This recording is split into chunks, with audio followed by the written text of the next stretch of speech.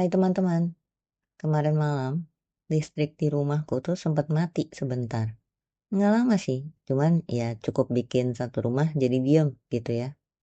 Refleks pertama ya tentunya nyari sesuatu yang terang, HP, senter, ya apapun lah yang bisa nyala. Bukan karena panik sih, lebih ke kebiasaan. Dan di sela-sela itu ada satu momen pendek di mana semuanya berhenti. Nggak ada suara, nggak ada layar, cuma ruangan yang gelap dan aku yang berdiri di situ. Di situ aku jadi sadar betapa otomatisnya kita menganggap gelap itu sebagai sesuatu yang harus segera disingkirkan. Begitu gelap datang, tangan langsung bergerak mencari cahaya. Dan itu nggak salah sih sebenarnya, itu sangat manusiawi.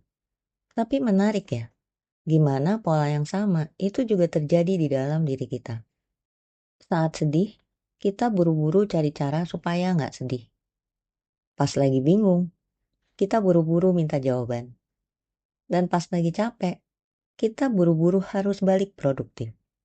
Seakan-akan nggak nyaman sama dengan ada yang keliru.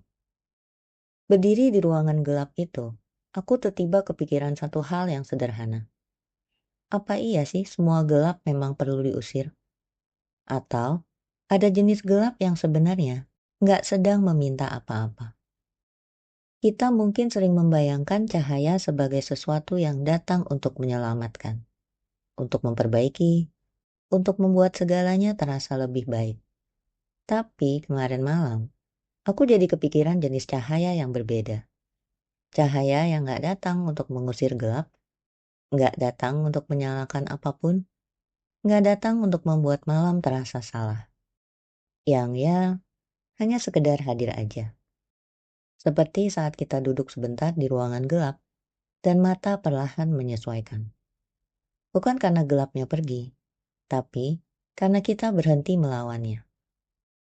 Ada malam-malam tertentu di mana aku gak mau solusi, gak mau dipositifkan, gak mau juga untuk cepat ngerasa lebih baik.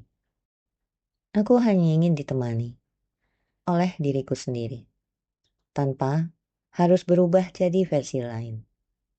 Dan di momen-momen seperti itu, aku mulai menyadari sesuatu yang halus. Yang membuat berat, itu bukan rasa gelapnya, tapi dorongan untuk segera keluar dari kegelapan itu. Kadang, yang kita butuhin itu bukan terang yang menyilaukan, tapi ruang yang cukup luas untuk gak pergi. Ruang di mana sedih boleh sedih, bingung boleh bingung, dan capek boleh capek. Tanpa harus diberi label, dan tanpa harus diselesaikan malam ini juga. Mungkin malam ini kita gak perlu menyalahkan apapun.